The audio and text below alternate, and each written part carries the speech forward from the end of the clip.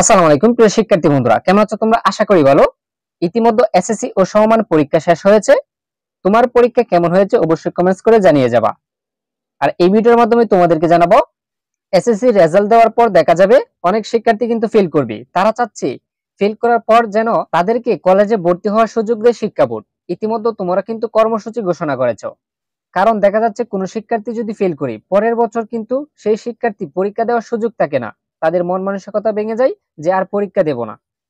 তার জন্যই কিন্তু তোমরা চাচ্ছ তোমাদেরকে যেন একটা সাপ্লিমেন্টারি পরীক্ষা নেওয়া হয়, অর্থাৎ দ্বিতীয়বার পরীক্ষা দেওয়ার সুযোগ করে দেয়।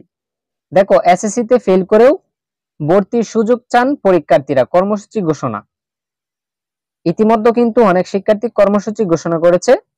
দেখো, এসএসসি পরীক্ষা ফেল করেও কলেজে ভর্তির সুযোগ পেতে আন্দোলনে ডাক দিয়েছে 2025 সালের শিক্ষার্থীদের একাংশ। দুই দাবিতে আগামী 17 মে শহীদ মিনারে কেন্দ্রীয় শহীদ মিনারে সমাবেশ করবে বলে জানিয়েছে তারা। কর্মসূচি ঘোষণা করে গণমাধ্যমকে বার্তাও পাঠিয়েছে তারা।